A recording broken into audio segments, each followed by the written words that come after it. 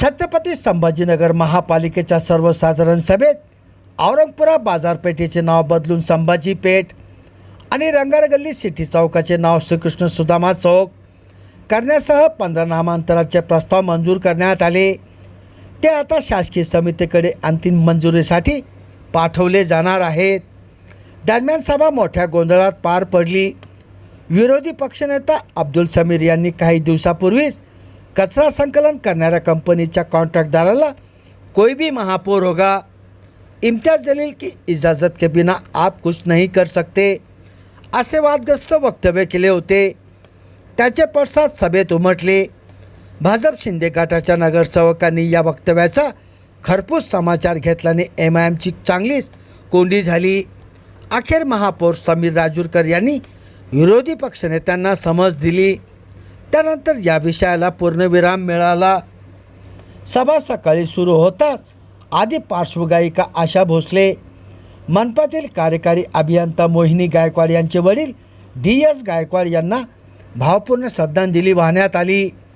त्यानंतर अब्दुल समीर यांच्या व्हायरल व्हिडिओचा मुद्दा भाजप नगरसेवकांनी उपस्थित करत लोकप्रतिनिधी महापौरांचा अपमान सहन केला जाणार नाही, दादागिरी चालणार नाही असे सुनावत अब्दुल समीर यांच्यावर कडक कारवाईची मागणी केली। त्यांना अन्य पक्षाच्या सदस्यांनीही साथ दिली। वंचित बहुजन आघाडीचे अफसर खान यांनी माजी खासदार इम्तियाज जलील यांना शक्ती कपूर यांची उपमा दिली। ही MIMच्या नगरसेवकांना चांगली झोंबली। त्यांनी गदारोळ सुरू केला। महापौरांनी असंसदीय शब्द कामकाजातून काढून टाकण्याची सूचना केली। हा देश डॉक्टर बाबासाहेब आंबेडकर यांनी दिलेल्या घटनेवर चालतो, यांच्यासाठी प्रशिक्षण वर्ग घ्या अशी सूचना उपमहापौर राजेंद्र जंजाळ यांनी केली। त्यावर उसामा अब्दुल कदीर, अब्दुल समीर यांच्यासह अन्य MIM नगरसेवकांनी त्यांची आम्हाला गरज नाही असे प्रत्युत्तर दिले।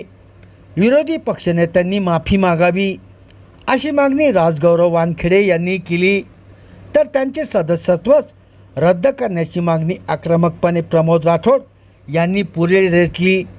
त्यावर महापौर समीर राजूरकर म्हणाले की लोकप्रतिनिधींचा अपमान करणे ही चांगली बाब नाही। मंत्री, खासदार, आमदार यांच्याविषयी बोलताना भान ठेवा, यापुढे असे होणार नाही याची काळजी घ्या अशी समज त्यांनी विरोधी पक्षनेते अब्दुल समीर यांना दिली। संभाजीनगर समाचार न्यूज चॅनलसाठी सुनील टाक।